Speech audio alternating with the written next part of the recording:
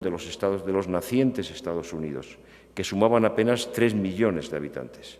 Llegará un día en que crezca, se torne gigante y a un coloso temible. Washington y Jefferson, por su parte, concebían la presencia española en el Mississippi y la Florida como una ocupación temporal por una decadente potencia europea destinada a ser desbordada por oleadas de colonos europeos en 2 o 3 generaciones. La invasión de España por Napoleón supuso una simbólica decapitación del viejo régimen al imponer su propia dinastía y considerar insurgentes a los rebeldes españoles. La familia real no pudo escapar a América como lo hizo la portuguesa, lo cual supuso un rumbo muy distinto para Brasil a lo largo del siglo XIX. El heredero Fernando VII se convirtió en el deseado en España y América como expresión de independencia e identidad. En su nombre se redactó la Constitución de Cádiz entre españoles de ambos hemisferios y tras su máscara se iniciaron los procesos de independencia de la América hispana. Como señala Carlos Fuentes, mientras los franceses trataban de someter a las guerrillas españolas, las adobeladas Cortes se organizaron para llenar el vacío de poder y eventualmente presentarle a la monarquía un hecho consumado, una Constitución liberal.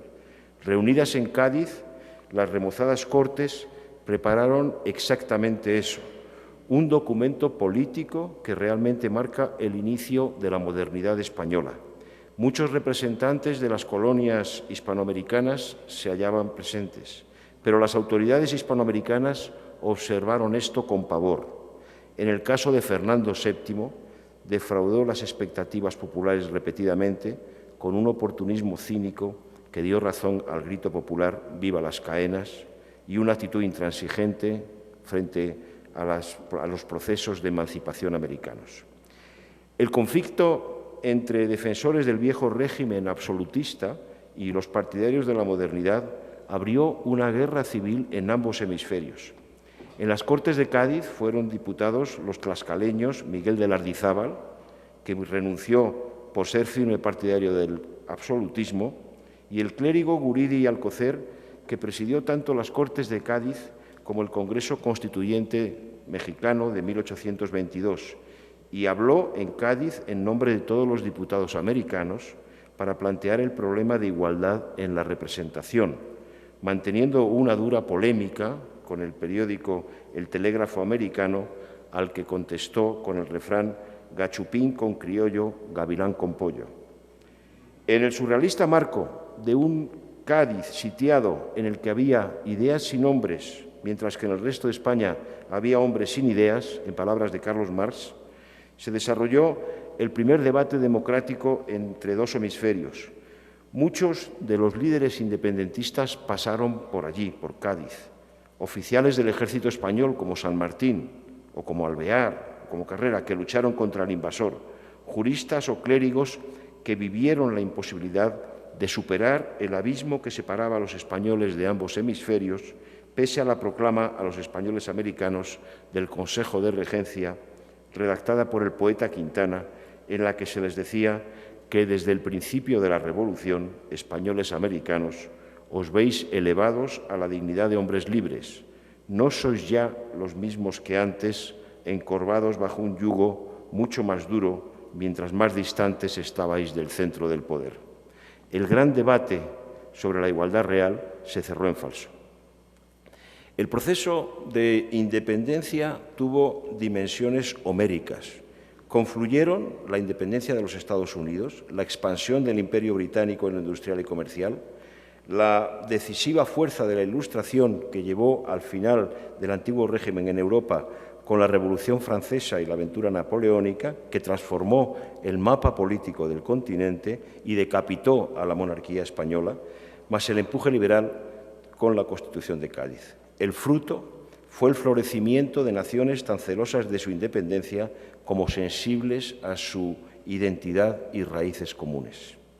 Fue el primer gran experimento de autogobierno de la historia, en palabras de John Keane, en un proceso desencadenado desde la Antártida chilena a California, pasando por cordilleras, desiertos, selvas y mares.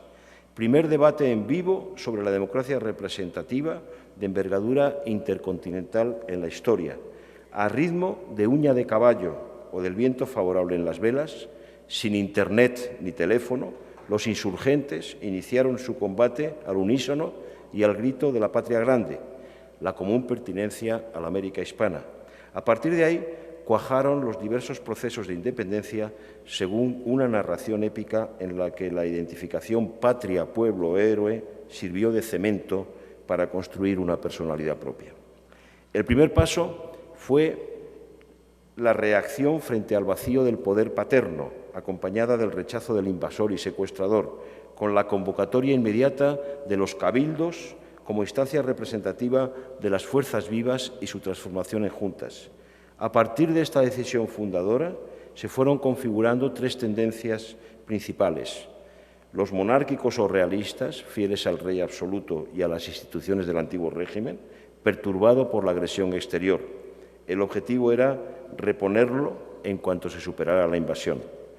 La segunda gran corriente fue la autonomista, identificada con una oligarquía criolla de grandes hacendados con cultivos de exportación, azúcar, tabaco, algodón o propietarios de minas, actividades exigentes en manos de obra y, por tanto, muy dependientes de la esclavitud, así como funcionarios y profesiones liberales relegados siempre a un segundo nivel.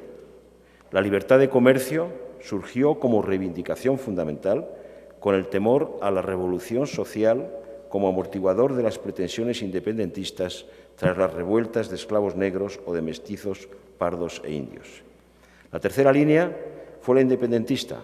No fue la prevaleciente en los inicios, pero acabó consolidándose por la fuerza de las cosas y el creciente ensimismamiento de la metrópoli, la España boba. Defendía la abolición inmediata de la esclavitud y las imposiciones más humillantes, las castas, la mita o el papel sellado, como hizo el cura Hidalgo, aquí, en el decreto proclamado en el Palacio de Gobierno de Guadalajara como Generalísimo de la América. Sus líderes fueron normalmente eclesiásticos y militares, las dos carreras que permitían a la gente sin medios, salida del pueblo llano, obtener una formación básica y lograr una ascensión social. En lo que respecta a la arquitectura institucional, se reprodujeron de modo recurrente los mismos grandes debates: centralismo contra federalismo. En el caso de Argentina, entre la voluntad de la oligarquía criolla y la burguesía comercial de afirmar Buenos Aires como centro político-económico frente a las provincias unidas del interior y la banda oriental, que finalmente se autodeterminó como Uruguay. En Venezuela fue un factor poderoso en el fracaso de la Primera República. En Colombia, las provincias unidas se enfrentaron con el centro. Parecido fue el caso de México, aunque pesó la tradición histórica azteca. El caso más extremo de disgregación fue y es el de las Provincias Unidas de Centroamérica. El debate sobre la forma de Estado, monarquía-república, también fue intenso. Inicialmente, las juntas proclamaron su adhesión a Fernando VII. Los pioneros que habían vivido en Europa se orientaron con clara preferencia hacia fórmulas de tipo monárquico británico frente a las imperiales francesas.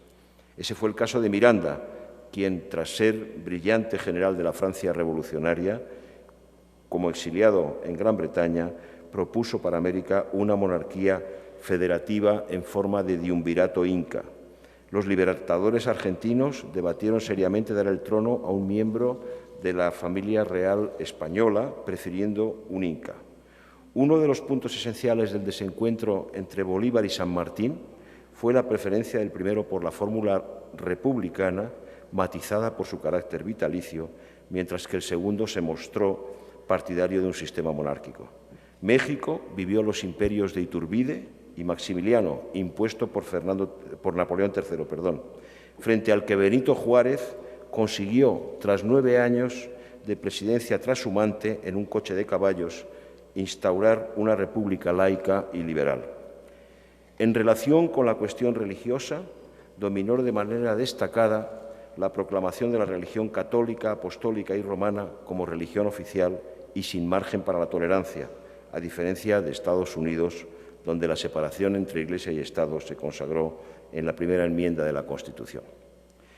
Elemento común en la arquitectura institucional hispanoamericana fue la aprobación de constituciones republicanas que proclamaban la independencia nacional, el gobierno representativo basado en los derechos humanos y